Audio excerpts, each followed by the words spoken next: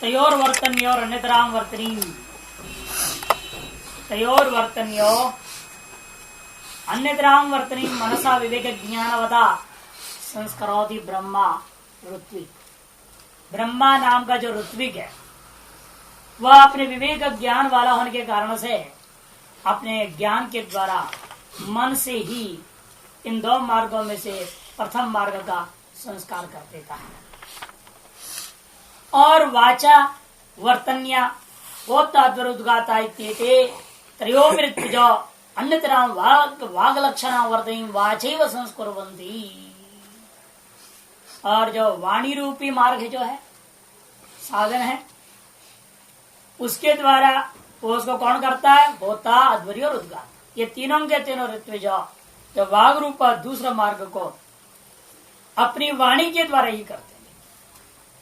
वाणी के द्वारा मैंने सम्यक उच्चारण ये सब मन से करेगा मौन पूर्वक, अरे वाणी के द्वारा करेंगे सम्यक उच्चारण पूर्वक, कहीं भी मात्रा स्वर वर्ण आदि का गड़बड़ी ना हो। इस प्रकार सा है दोनों ही अपना अपना मार्गों को प्रशस्त करते हैं, अपने साधनों का द्वारा यज्ञ का संपादन करते हैं। तत्रैवं सति वांग मन से वर्तनी संस्कार्य यज्ञ। इसीलिए जब यह निष्कर्ष हो गया यज्ञ में उपयोगी ब्रह्मा का अपना मन और अन्य तीन मुख्य ऋतुजों का अपनी वाणी, इन दोनों का अवश्य ही संस्कार कर लेना होगा। अथ स ब्रह्मा यत्र यस्मिन् काले उपाकृते प्रारब्ध है। अथा विचार इसलिए आरंभ होता है संस्कारी है, लेकिन मान लिया जाए यदि वह ब्रह्मा जिस समय उपाकृत में प्रारब्ध है, क्या आरंभ हुआ है? प्रातरणवाक्य शस्त्रे, प्रातरणवाक्य शस्त्र का पाठ करना आरंभ हुआ है। पूरा माने पूर्व परिधानिया ऋचा, परिधानिया नामक ऋचा के पाठ के पूर्व काल पर्यंत प्रातरणवाग्र शस्त्र आरंभ करके उसी शस्त्र को जिस ऋचा से समाप्त किया जाता है उस ऋचा का नाम परिधानीय ऋचा। उस ऋचा के पाठ पर्यंत काल ब्रह्म तस्मिन् अंतरे काल है। ब्रह्म जो है ब्रह्मा इस बीच के काल में व्यवदति मौनम परित्यजति, यदि वह मौन को परित्याग करके विशेष रूपेण वदन करने लग गया तो तदा अन्यतरा में वाग्वर्तनी संस्कृति, तब तो अन्यतरा ने केवल वाणी रूपा जो मार्ग था वह संस्कारित हो गया, क्योंकि वो समय उच्चारण कर रहे थे नहीं अपना मौन तोड़ दिया किसी कारणवश, अतएव क्या हो गया? एक मार्ग तो खराब। इसी प्रकार से दूसरा मार्ग में भी मान लीजिए मौन नहीं तोड़ता, ग्रहण अध्यार करना पड़े क्योंकि उसको बोलेंगे नहीं, क्योंकि जब प्रायश्चित तो पूरे का बताएंगे। होता है यदि गड़बड़ करता है तो क्या प्रायश्चित है, अध्वर्य करेगा तो क्या, और जो उद्गाता करेगा तो क्या, वो ब्रह्मा करेगा तो क्या, प्रायश्चित तो चारों को बताना है। लेकिन एक के कथन कर दिया, इस एक के द्वारा अन्य तीन का भी समझना है। अन्य तीनों में से भी एक व्यक्ति भी अपने स्वर में गड़बड़ी कर दिया, वर्णोच्चारण में गड़बड़ा गया, स्थान में गड़बड़ा गया, अल्प प्राण महाप्राण आदि में गड़बड़ हो गया, किसी भी प्रकार का उच्चारण में गड़बड़ी होता है तो वह वाक रूपी मार्ग भी असंस्कारित हो जाता है। और उसे मालूम ब्रह्मा मौन भी रह जाता है तो क्या फायदा होगा? तब उसके मानस मार्ग जो है ना प्रशस्त है, किंतु वाक मार्ग अप्रशस्त हो जाएगा।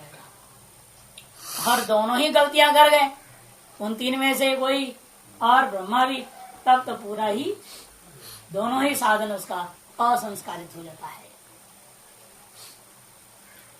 ब्रह्मणा असंस्क्रियमाणा, क्योंकि ब्रह्म के द्वारा अपना मन रूपी मार्ग से संस्कारित नहीं किया, मौन के द्वारा संस्कारित करना पड़ता था, उस मौन को उसने तोड़ दिया। इसे मनोवर्तनी हीयते विनश्यति छिद्री भवती अन्यतरा।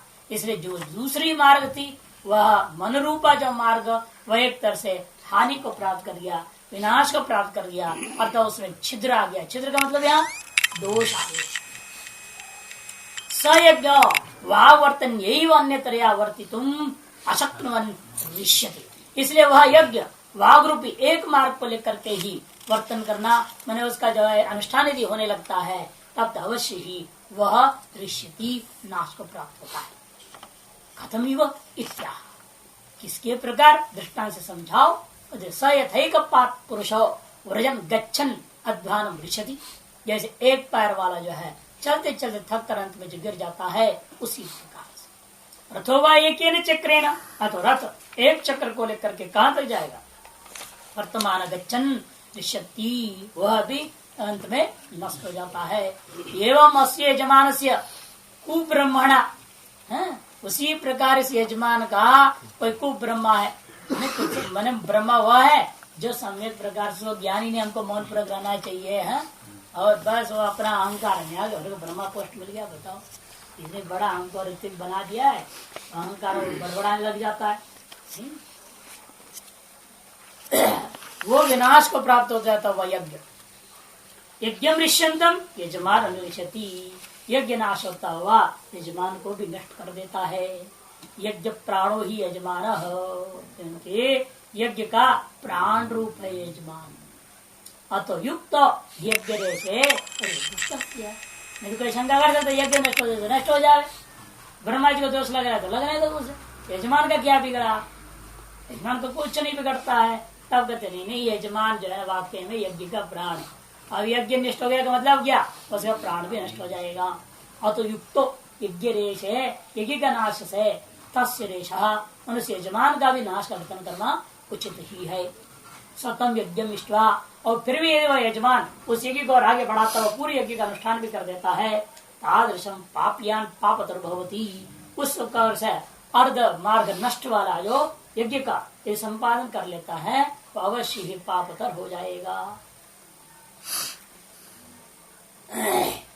अथ पुनर्यत्र उपाकृते प्रातरनुवाक्ये न पुरा परिधानियाया ब्रह्मा वदति उभे ये वर्तनी सगंस्कुर्वन्ते निहीयते अन्यतरा स यथोभयपात् व्रजन् रथो व उभाभ्यां चक्राभ्यां वर्धमान प्रतिष्ठते एवं अस्य यज्ञ प्रतिष्ठते यज्ञं प्रतिष्ठन्तं यजमानो अनुप्रतिष्ठते स इष्ट्वा श्रेयान् भवति।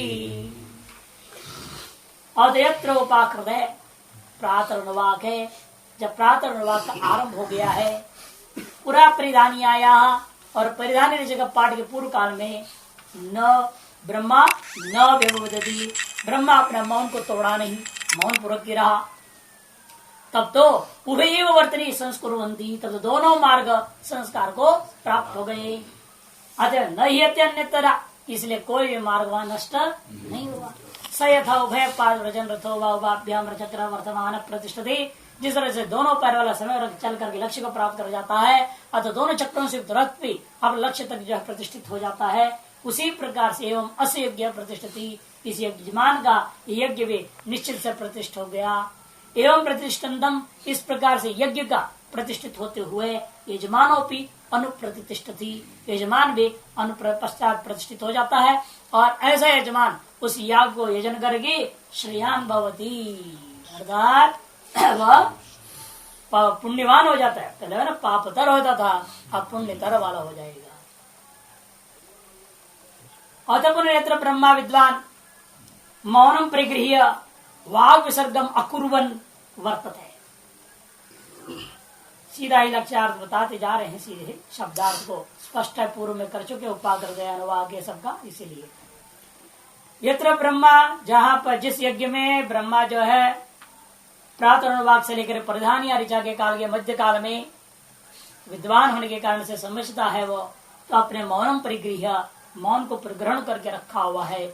वाग विसर्गम अकुर्वन, वाग का जो है व्यवहार न करते हुए वर्तते रहता हो। यावत परिधानिया न व्यवदति, जब तक परिधानिया ऋचा का पाठ न हो तब तक तो पूर्ण रूपेण मौन रहता है।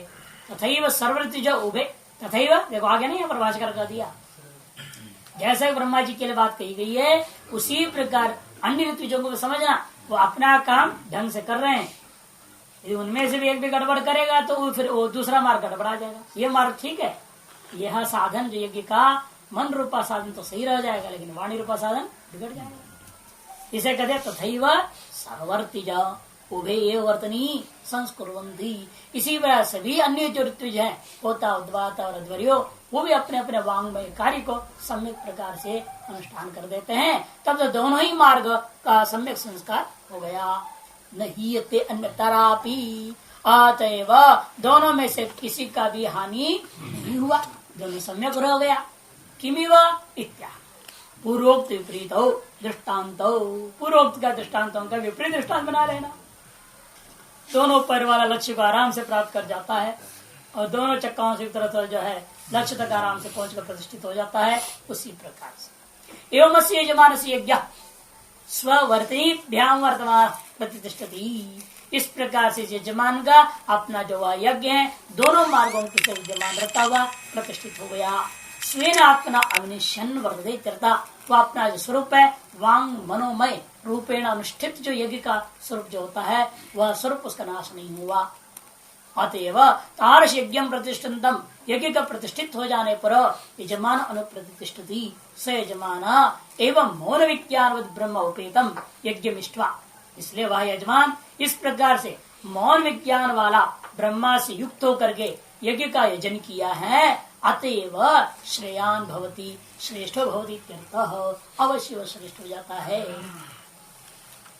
यह तो यज्ञ का मार्ग बता दिया, जिस मार्ग अनुष्ठान में क्या स्थिति होती है, हाँ क्या गड़बड़ होने पर कैसा होता है बता दिया। लेकिन ये नहीं बताया यदि गड़बड़ हो भी जाए तो प्रायश्चित कैसे, क्या प्रायश्चित, इसने मौन तोड़ दिया या स्वर भंग हो गया तो क्या उसे प्रायश्चित करना ताकि वह यज्ञ का रेश न हो, सुरक्षा हो जाए। और उसके माध्यम से जब यज्ञ सुरक्षित हो गया तन कर्म से विशिष्ट किया उपासना भी अवश्य सफल हो जाएगा, फल प्राप्ति पर्यंत स्थिर हो जाएगा वो। ये तदर्थ अगला खंड आरंभ होता है। अत्र ब्रह्मणो मौनम विहितम तद रेशे ब्रह्मत्व कर्मणि च अथ अन्यस्मिश्च होत्रादि कर्म रेशे व्याहृति होम प्रायश्चित्तमिति तदर्थम व्याहृतयो विधातव्या इत्याह। अत्र ब्रह्मणो मौनम विहितम, यहाँ विधि हो गया। पूर्व खंड में ब्रह्मा को उतने काल पर्यंत पूर्ण मौन रहना चाहिए, ये विधि हो गया। और वह अपने मौन रूपा विधान को छोड़ देता है, हानि कर जाता है, तो उस ब्रह्मत्व का कर्म में।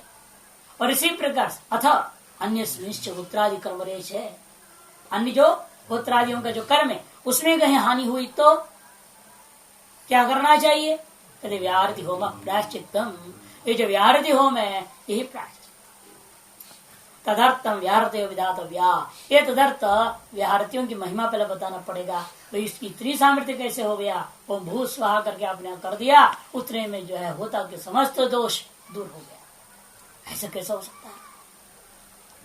अतएव आख्याय के माध्यम से उन व्याहृतियों का विधान करता हुआ तन निर्वृत हवन का भी विधान कर देंगे।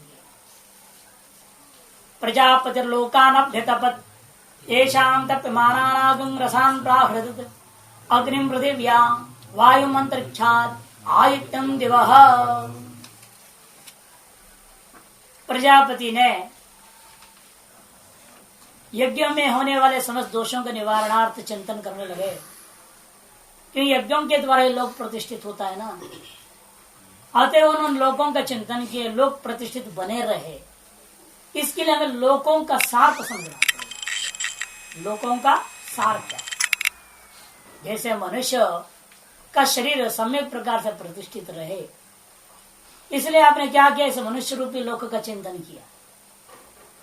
ऋषि मुनियों ने लगे रहे, शरीर रूपी लेबोरेटरी में लगे रहे तो उन्होंने देखा इसके अंदर 7 धातु है, 7 धातु वाला शरीर है और त्रिदोष से युक्त हुआ करता है, वात पित्त कफ से। उस पर उन्होंने अनुसंधान करते करते करते फिर निर्णय लिया, वाकई में इस 7 धातुओं का भी सारभूत तत्व वीर्य है और उसकी रक्षा करने के लिए हमें त्रिदोषों की साम्यता बरतनी पड़ेगी। यदि संयम पूर्वक की त्रिदोष की साम्यता नहीं बरतते हैं तो सारभूत वीर्य बिगड़ेगा तो फिर क्या 7 धातु में विषमता आएगी, विषमता आ गई तो पूरा शरीर में ही रोग हो जाएंगे। निष्कर्ष निकलेगा कि नहीं निकलेगा। उसी प्रकार प्रजापति ने सोचा कि भाई इसका सार को हम समझना पड़ेगा। जब तक लोगों के सार को नहीं समझेंगे, यज्ञ में कोई गड़बड़ी हो जाए उसको हम दूर कैसे कर पाएंगे, और उसको दूर नहीं करोगे तो लोगों की रक्षा कैसे होगी। अतएव सब लोगों का सार को समझने के लिए चिंतन करना आरंभ किया। लोगों को तपाया, ये नहीं कि आग लाकर तपा दी पानी को तपाते हो जैसे, लोगों का चिंतन किया, इनका सार क्या हो सकता है।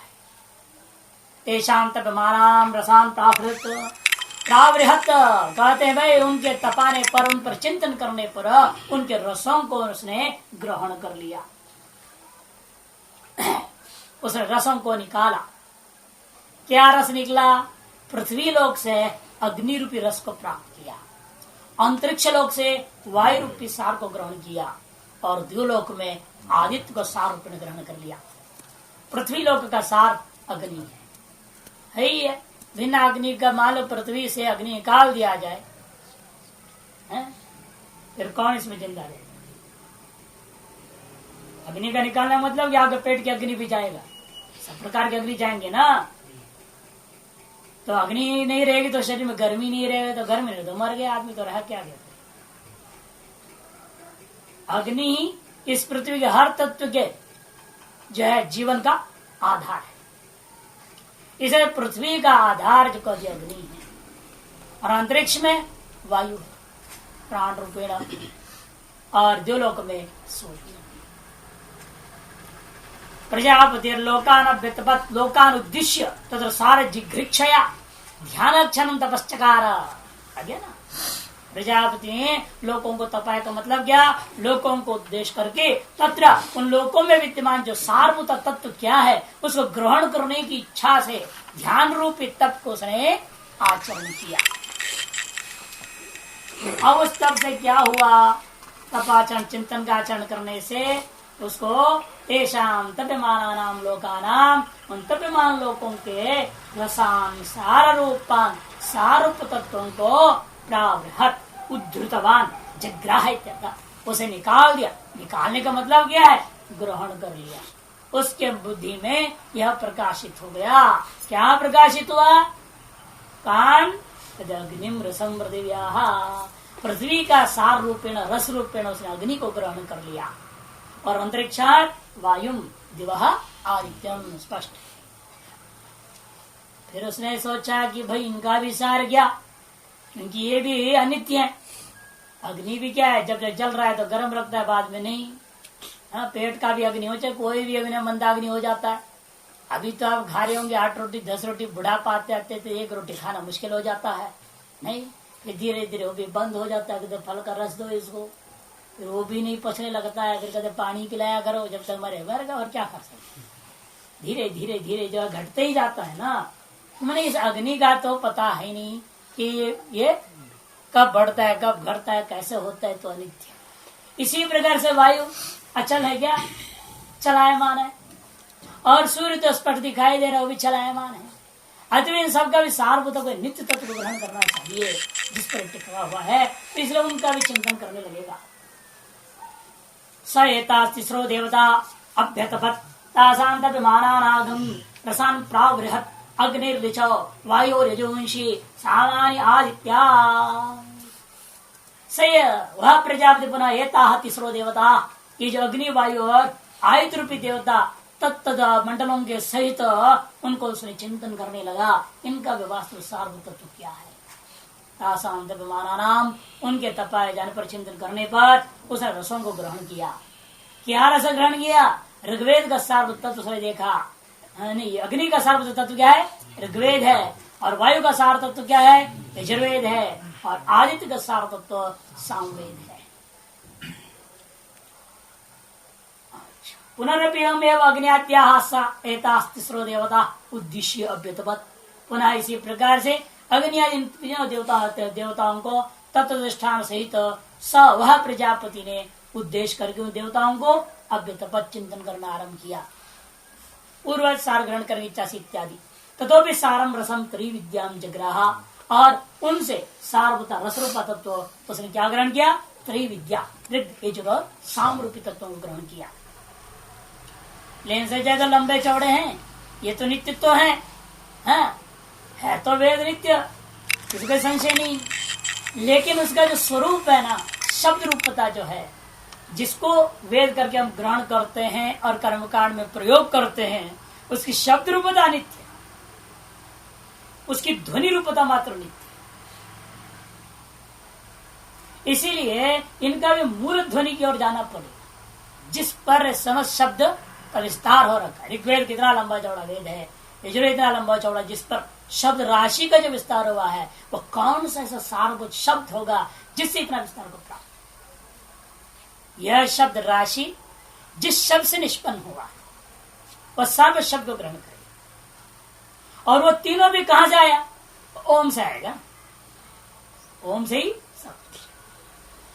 वहां तक जाने की जरूरत नहीं, प्रायश्चित के लिए पूर्व स्व की जरूरत है, इसलिए वहीं तक जाकर के हाँ विचार पूरा हो जाता है। नहीं तो पूर्व स्व का भी सार ग्रहण करना पड़ेगा, उसका सार है ओम, वो ब्रह्मा जी के हाथ में है। अब देखिए विचार स एतां त्रिविद्याम् अव्यतपत् तस्यास्त्र विमानाया रसान् प्रावृहद् भूरिति ऋग्भ्यो भुवरिति यजुर्भ्यः स्वरिति सामभ्यः। वह प्रजापति ने एताम त्रैविद्याम ऋग्यजुर् और सामवेद रूपी तीनों वेदों को अप्यतपत उनके भी सार्वभौम तत्व को शब्द राशि का सार्वभौम तत्व शब्द विशेष अन्य होगा उसको ग्रहण करने की इच्छा की और तपने लगा, उसको चिंतन करने लगा। तस्याति विमानाया, जब ये तीनों विद्याएं परितप्त हुई और समय को उसका चिंतन किया तब उनका सारों को उसने ग्रहण किया। रसान प्रावृहत, किससे? कौन से रस को? ऋग्वेद से भू को, यजुर्वेद से भूह को और सामवेद से स्व को सारूप ग्रहण कर लिया। भाष्यकार कहते सयतां पुनरभ्युत्पत्ति त्रयी विद्याम, वह प्रजापति ये त्रय विद्याओं को जो शब्द राशि स्वरूपता त्रय विद्या है उनको चिंतन करने लगा। तस्यात् मानाया, वो त्रय विद्या का तपने पर और उनके चिंतन करने पर रसान, उनके रसों को उसने ग्रहण किया। भूर्दि व्याहृति व्याहृतिम ऋग्भ्यो जग्राह, ऋग्वेदों का सारभूता तत्व भू यही व्याहृति है, ऐसे उसने ग्रहण किया। भूवरिति व्याहृतिम यजुर्भ्य, और भू इस व्याहृति को उसने यजुर्वेद का सारूपेण ग्रहण कर लिया। स्वर्गीयार्थिम सामभ्य, स्व इस व्याहृति को सामवेद का सारूपेण ग्रहण कर लिया।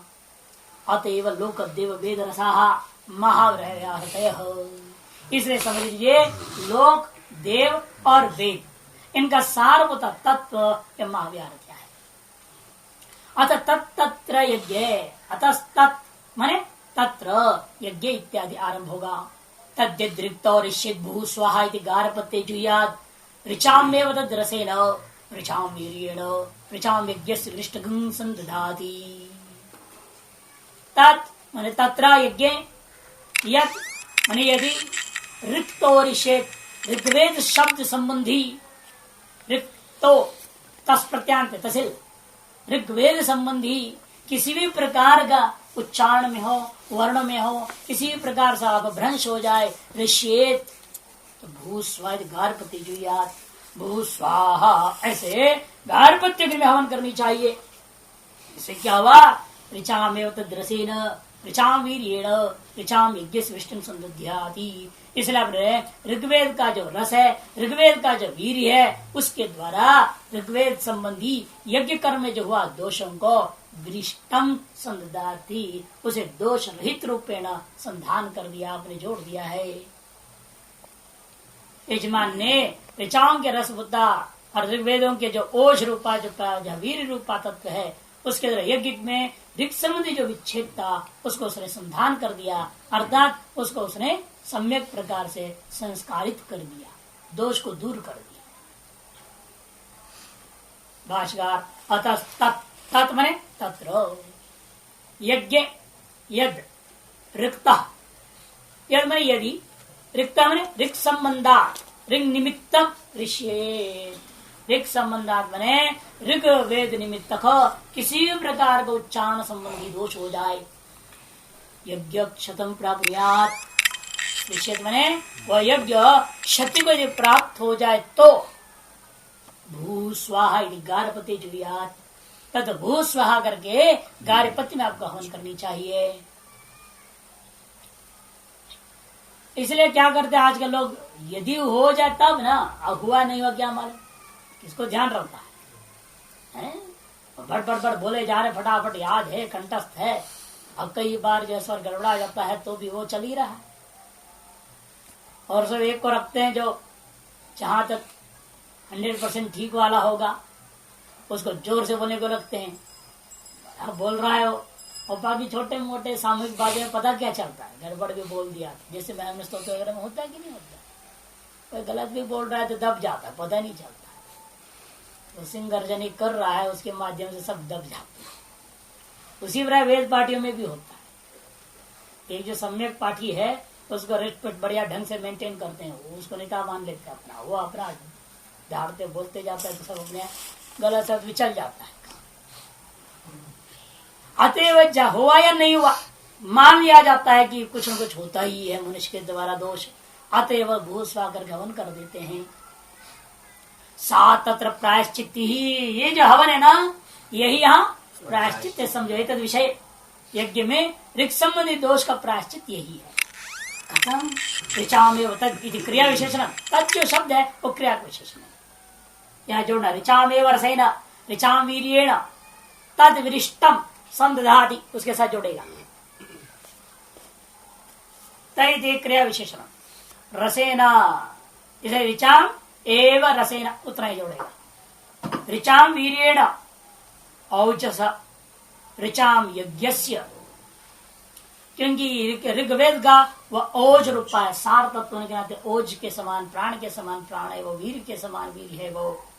ऐसा वह रस के द्वारा उसने यज्ञ ऋग संबंधी यज्ञ, यहाँ किसे तात्पर्य ऋचाम यज्ञ का मतलब क्या, ऋग संबंधी जो यज्ञीय कार्य उसमें वृष्टि विच्छिन्नम क्षतरूपम उत्पन्नम, जो क्षति रूपा उत्पन्न हो रखा था उसको संधाती प्रतिसंधत्ते प्रसंधान कर दिया उसने, दोष को दूर कर दिया। अजुष्ट भुव स्वाहा दक्षिणाग्नौ जुहियात् यजुषामेव तद्रसेन यजुषाम वीर्येण यजुषाम यज्ञस्य वृष्टिकं संदधाति। अतएव सामदौरिष्येत् स्वस्वा इत्याहवनीय जुहियात् सामनामेव तद्रसेन सामनाम वीर्येण सामनाम यज्ञस्य वृष्टिकं संदधाति। अतएव यदि मान लिया जाए यज्ञ में यजुर्वेद मंत्रोच्चारण काल में किसी भी प्रकार का उच्चारण में दोष आ जाए तो उस स्थिति में यजमान को क्या करना चाहिए, कहते भुव स्वाहा, ऐसे दक्षिणाग्नि में हवन कर देना चाहिए। क्योंकि यजुर्वेद का वह रस, यजुर्वेद का वीर रूपा भुव रूपी व्याहृति से जो किया हुआ हवन है वह यजुर्वेद संबंधी यज्ञ में हुआ जो समस्त दोष है उस दोष को तद्विरिष्टम संदधाति, वह शुद्धिकरण कर देता है, दोष का निवारण कर डालता है। इसी प्रकार से यदि मान लिया जाए सामने संबंधी किसी कर्म में क्या हुआ, विशेष दोष उत्पन्न हो गया, क्षति हो गई यज्ञ का, तब वह स्वाहा करके यजमान क्या करेगा, आहुरीय जुहियात, आहुरी अग्नि में हवन करेगा। अब 3 अग्नि तो रहता नहीं ना आजकल जमाने में, क्या करे, जो एक अग्नि है उसी में सब स्वाहा कर देते, भू स्वाहा भी उसी में, भुआ भी उसी में, स्वाहा भी उसी में करना पड़ता। कराते पंडित तो हम देखते हैं, कई बार जाते बैठते देखते रहते तमाशा, ये लोग क्या क्या कर रहे हैं, क्या मजबूरी है, कोई अग्निहोत्र तो है नहीं, 3 अग्नि कहाँ सुरक्षित है? तो कहाँ से लाएंगे 3 अग्नि? उस समय बनाएंगे तो बनावटी काम से तो चलेगा नहीं, अग्नि आधान तो कैसे करेंगे, यजमान तो उसके लायक है नहीं, तो अग्नि आधान कहाँ से किया? अग्नि का आधान किए बिना 3 अग्नियों का संचयन तो हो ही नहीं सकता।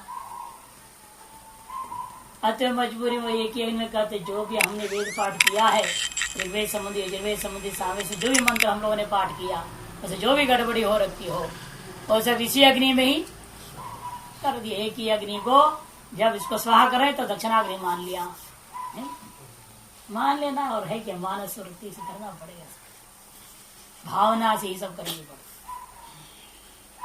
इसलिए यज्ञ को मनुष्य का जीवन ही यज्ञ कर दिया, पहले आपने पढ़ा है नहीं, जीवन रूपी यज्ञ कर दिया, और उसमें भी कल्पना कर दिया आगे जाकर आएगा ब्रजान वगैरह में हृदय क्या है, आवन अग्नि है, ऐसे कर वर्णन करेंगे। तो अलग अलग इसी के अंदर भावना करो, उपासना के अंदर सब दोष निवारण। अब भाई है नहीं तो क्या करें, अब इस आध्यात्मिक जो यज्ञ मंडप में ही 3 अग्नियां हैं, उसी में आप अपने भावना कीजिए, स्वाहा कर डालिए, सारा काम आपका हो जाएगा, सर्वदोष निवारण। ये तो उत्कृष्टतम पद्धति है जो बहुत ही कम लोग जानते और करते हैं। इसे सामने समय कोई दोष हुआ तो स्वाहा करके आहुति अग्नि में उसने जो है ना स्वाहा करके आहुति दे दी। सामनाम एव रसेन, साम का रस के द्वारा, साम का वीर के द्वारा उसने साम संबंधी यज्ञ के अंदर हुआ जो दोष है उस विरिष्टम को तद विरिष्टम संदधाति, उसने संधान कर दिया, दोष को निवारण कर दिया। भाष्यकार कहते हैं अतः जुष्टो यजुर्निमित्तम ऋष्येत भुव स्वाहा इति। यजुर्वेद निमित्त को किसी प्रकार का दोष हो गया तब तो भुव स्वाहा इति दक्षिणाग्नि जुयात। भुव स्वाहा करके दक्षिणाग्नि में हवन करें। साम निमित्ते रेशे और साम संबंधी किसी प्रकार का दोष हो जाए स्वास्थ्य आहुनीय जुयात तथा पूर्व तथा उससे क्या हुआ बाकी मंत्रा संक्षेप में कह देते हैं। पूर्व यहाँ भी समझ लिया यज्ञम संजाति तत्त दोषों को उसने निवारण कर लेता है। इस प्रकार से कह दिया, लेकिन आगे कहीं ब्रह्मा के द्वारा हुआ दोष के निवारण का उपाय तो बताया नहीं मंत्र में। हम मौन भंग कर देता है। आरंभ तो वहां से किया है और जिसके दोषों का वर्णन हुआ ही नहीं है मूल में और उसकी तो प्रायश्चित बता दिए। और जिसका यदि दोष होता है तो करके कथा आरंभ हुई उसी का प्रायश्चित बताया नहीं। क्यों नहीं बता रही? भाष्यकार कहते हैं वाक्य में वो तीनों वेदों का वेदता है ना, उसको अलग कोई वेद है क्या? अरे देखिए ब्रह्म निमित्ते तो रहसे त्रिशु अग्निशो तिसृप्य व्याहृति भीर जुहिया। पहला जवाब है ये ब्रह्मा त्रिवेद का ज्ञाता होने के नाते उसके समय दोष का निवारण करने के लिए तीनों अग्नि में भूस्वा भुवस्वा स्वस्वा क्रमेण आपको आहुति देना पड़ेगा।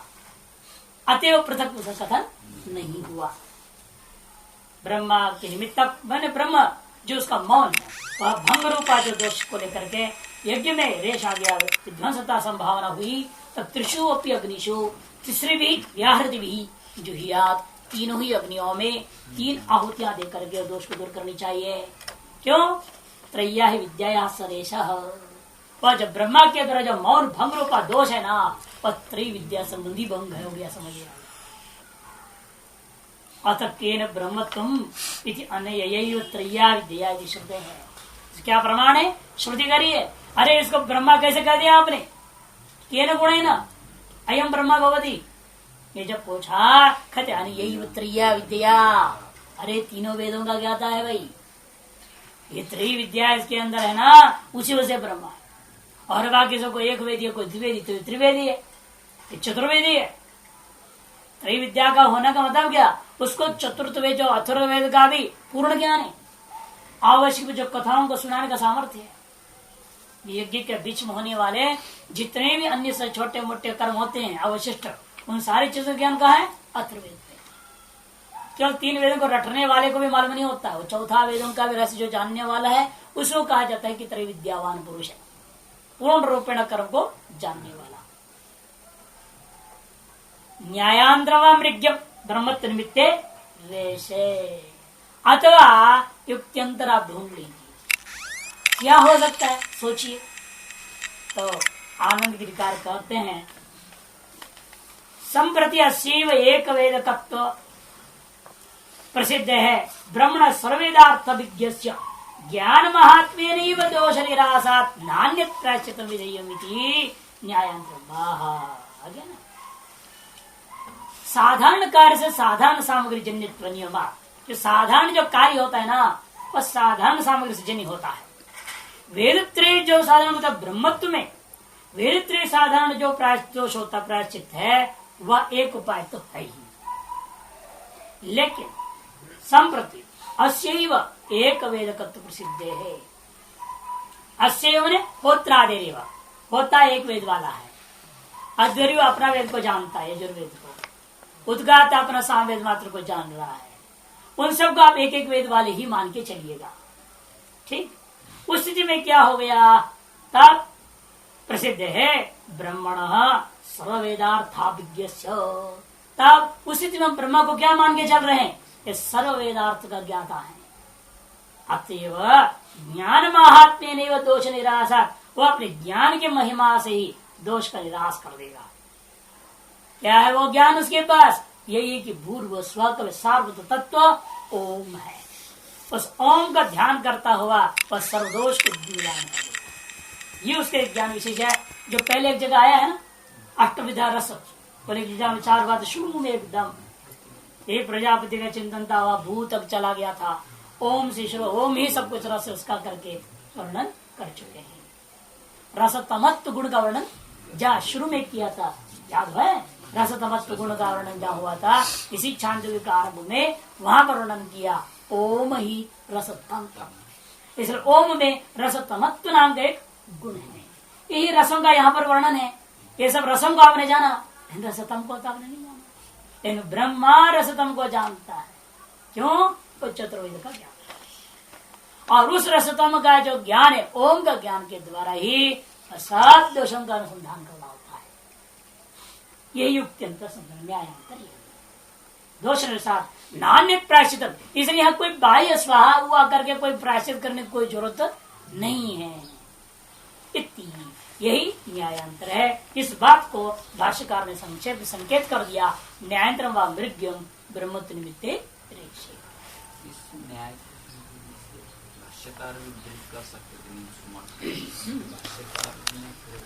कहानी संकेत करके छोड़ दिया है। मृग्यम अनुसंधातव्यम कह दिया, अनुसंधान करो, चिंतन करो। शिष्यों पर काम छोड़ दिया है कर्मकांडियों के लिए।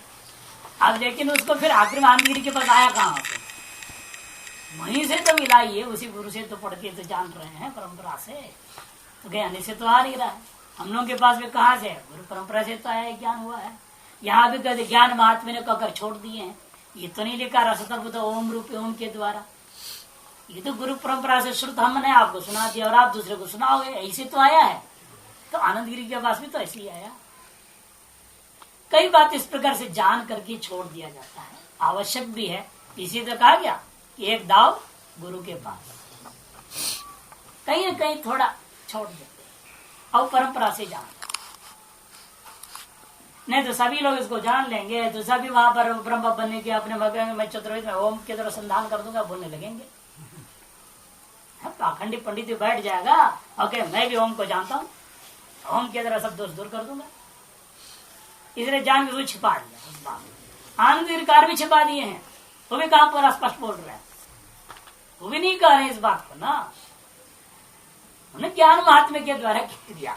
क्या है वो ज्ञान के महात्म्य, किन तद महात्म्य, ये चीज है रसतमत्व का बारे में गुरु परंपरा से ज्ञान। तो वहां पर मृग्यता तो छोड़ ही दिया। यदि आप प्रश्न डालोगे किम तो ज्ञान महात्म्य, जिस ब्राह्मण ये वर्तते, जो ब्रह्मा जी ही जो रहते हैं ऋतिक उसी के पास होता है, दूसरे पास नहीं होता। तो क्या है वो, तो वहां भी वो भी कहेंगे तो मृग्यम।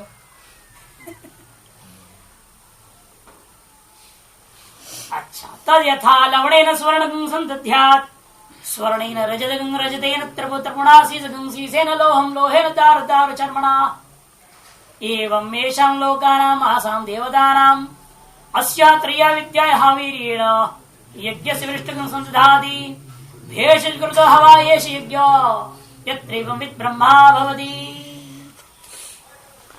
तद यथा लवणेन सुवर्णम, क्षार द्रव्य का नाम है लवण। लवण से नमक नहीं लेना, नमक डालने से सोना शुद्ध थोड़ा हो जाएगा। सोने को जोड़े जाओगे, दो सोने का टुकड़ा को जोड़ने के लिए नमक डाल देंगे तो जुड़ जाएगा है। इसलिए लवणेना का मतलब है नमक नहीं लेना, नहीं तो बेचारे औरतें काम करना मन में मुश्किल हो जाएगी। नहीं नमक से तो काम करती है भोजन, दो अंगूठे चिपक जाएंगे आपस में। तो यहाँ लवण से क्षार द्रव्य समझ। अच्छा, इसलिए भाषाकार कहेंगे क्षारे न टंकण आदि न खरे, है ना। क्षार द्रव्य के द्वारा, टंकण आदि के द्वारा खरे सुवर्ण वन्य संयुक्त द्रवीभूत है इत्यादि। खरे में कठिन है, जो कठिन भूता सुवर्णों को भी जोड़ दिया जा सकता है क्षार द्रव्य के द्वारा। सुहागा कहते हैं उसको, नमक नहीं। सुहागा का बहुत प्रयोग होता है, सोनाग लोग प्रयोग करते। और सुवर्ण से स्वर्ण रजतम, चांदी के जो है चीज फलक हैं उनको जोड़ते कैसे, सोने का कील बना देते हैं या उसके तार बना करके जोड़ देते हैं। रजते त्रप, चांदी का तार आदि के द्वारा त्रपो मने रांगा टीन इत्यादि को जोड़ दिया जाता है। त्रिपुणा शीशम, त्रपु के द्वारा शीशा को, शीशा मने ग्लास नहीं समझना, शीशा भी एक धातु विशेष है ना। त्रपु और शीशा दो अलग अलग चीजें। या त्रपु से टीन लोगे तो शीशा से रांगा लेनी पड़ेगी। वहां पर है ना रजत रंगी रंगो, रांगा कहते ना उसको हिंदी में, रांगा भी कहते। शीशे न लोहम, शीशे की तरह लोहे की वस्तुओं को जोड़ा जा सकता है। लोहे का कील वगैरह बना के लकड़ियों को जोड़ देते हो, है ना। लोहे ना दारू, और चरमड़ा दारू, और चमड़े के द्वारा भी लकड़ी को जोड़ सकते हो। चमड़े का धागा बना दिया, रस्सी जैसे बना लेते हैं ना, उसे बांध बूंद दिया। इस प्रकार से कहीं पे स्थूल बंधन है, कहीं सूक्ष्म है, या तारतम्य तो समझनी चाहिए। पूर्व पूर्व सूक्ष्म था, उत्तर उत्तर एकदम स्थूल बंधन का साधन बन गया।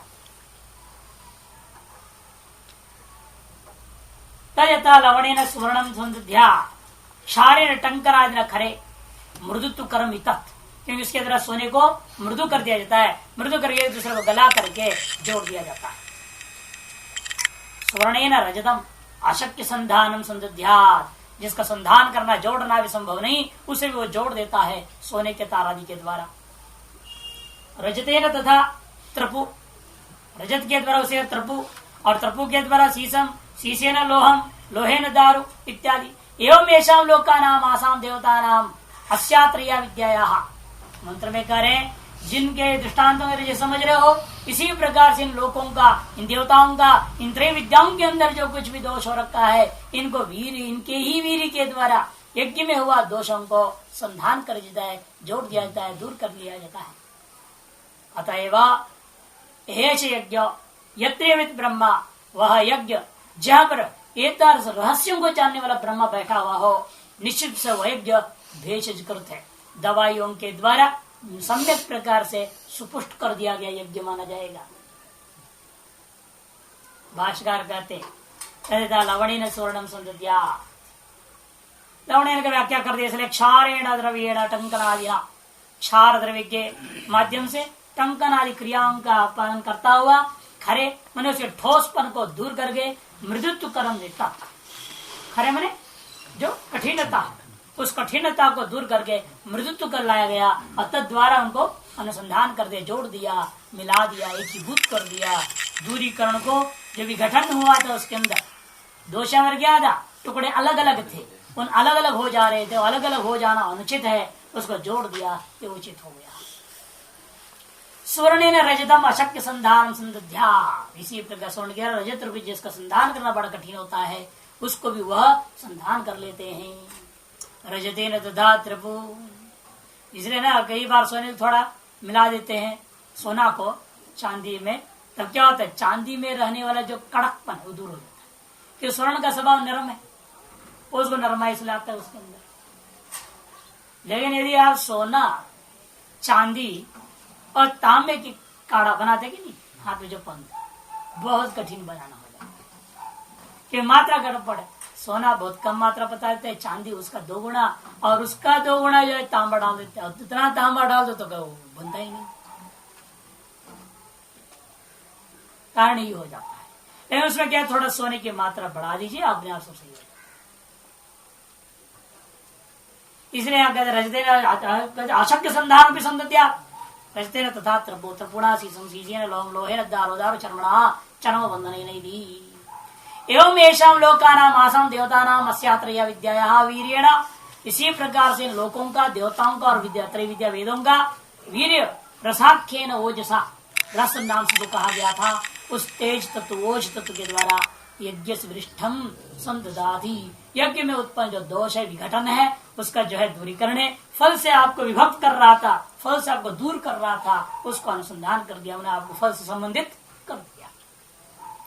भेषज कृत हवाएश यज्ञ रोगार्थे उपमास चिकित्सक सुशिक्षित एश यज्ञ भवति, जैसे रोग से पीड़ित कोई पुरुष था, उसको चिकित्सक ने क्या किया, कौन, सुशिक्षित चिकित्सक के द्वारा जब इलाज करवा दिया गया, वो बिल्कुल सही कर देगा। और अशिक्षित अनुभूत व्यक्ति से करा दो तो क्या होगा, और रोग और बढ़ जाएगा और मर जाएगा। नहीं, उसी प्रकार सुशिक्षित ब्रह्मा को यदि बिठा दोगे तो यज्ञ भी, उसमें जो कुछ भी रोगात्मक दोष है वो अपने आप भेषजकृत हो जाएगा, दवाई कर दी के समान हो जाएगा। ओम रूपी दवाई का इस्तेमाल करेगा, वो दवाई से सारा दोष अपने आप दूर हो जाएगा, बीमारी दूर यज्ञ की। एष यज्ञोपि भेषजकृत भवति, को असौ, कौन है वो सुशिक्षित यहाँ पर चिकित्सक, यत्र यस्मिन् यज्ञ, जिस यज्ञ में एवं विद यथोक्त व्याहृति होम प्रदय चित्त विद ब्रह्म ऋत्विक भवति, स यज्ञ, जिस यज्ञ में एवं इत मने यथोक्त व्याहृति होमों को जानने वाला, प्रायश्चित होमों का जानकार ब्रह्मा जो ऋत्विक रूपेण जिस यज्ञ में होता है वह यज्ञ निश्चित रूप से निर्दोष हो जाता है।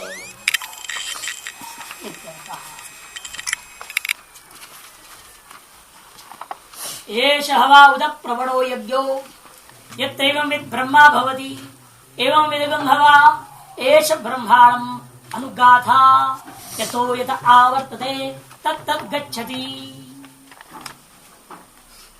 मानवो ब्रह्मा एव एक ऋत्विक कुरून् अश्वा अभिरक्षति एवं विद्धा वै ब्रह्मा यज्ञं यजमानगं सर्वागंश्च ऋत्विज अभिरक्षति तस्मात् एवं विदम् एव ब्रह्माणं कुर्वेत नानेवं विदम् नानेवं विदम्।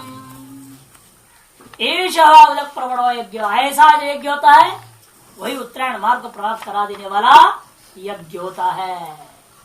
क्योंकि ऋत्विकों ने कोई उपासना की या नहीं की, है? केवल कर्म भी कर रहे हैं मान लो, लेकिन ब्रह्मा पूर्ण ज्ञानवान है, अतः वो क्या करेगा, उनके जो अकृत सकल दोषों को दूर कर दिया, अतः वह केवल कर्म विशिष्ट उपासना की सदृश हो गया, अतः वह कर्म क्या करेगा, उसको उत्तरायण मार्ग को प्रदान करने वाला हो जाएगा। ये ब्रह्मा की तरह सामर्थ्य होता है, इसलिए आजकल सामर्थ्यवान मिलते नहीं है तो क्या दर्भ का बना देते हैं, चावल का बर्तन, उसका डबल लाभ है पंडित को, जैसे चावल मिल गया नया बर्तन भी मिल गया है कि नहीं। और उसमें दर्भ का ब्रह्मा जी डबल से खड़ा कर दी और कह दिए ब्रह्मा जी राजा आप इसके अंदर बैठे रहना और यहाँ में कोई भी दोष गड़बड़ी हो तो उसको दूर करते रहना। वो ब्रह्मा जी यहाँ आपके कर्म कांड ब्रह्मा बन के आएंगे। मान लिया गया, क्या करे, आह्वान कर देते हैं। तो इनके यहाँ तो ऐसा सस्ता धंधा है, हमारे यहाँ इस सुपारी में भी सब देवता को बिठा सकते, कोई दिक्कत नहीं, कोई परेशानी नहीं। हाँ, कोई मूर्ति फोटो साटो कोई चीज की जरूरत नहीं है, वो भी नहीं है सुपारी। तो कोई चावल तो घर में है ना, चल भाई कुछ अक्षत में आह्वान कर दिया जाएगा, थोड़ा सा चावल 4-5 दाने इधर उधर उधर उधर रख दिया, जैसे जो है आलू बेचने वाला गरीब आलू बेचने वाला होता है ना, 5-5 आलू रखता है इधर उधर, ऐसे 5 चावल रख दो, उसमें देवताओं का आह्वान कर दो, वहीं अपना फल फूल जो चढ़ाना है चढ़ा दो, काम हो गया पूरा। हमारे इतना बढ़िया सुविधा बना रखे हैं, फिर भी लोग जो है समझते हैं ही नहीं।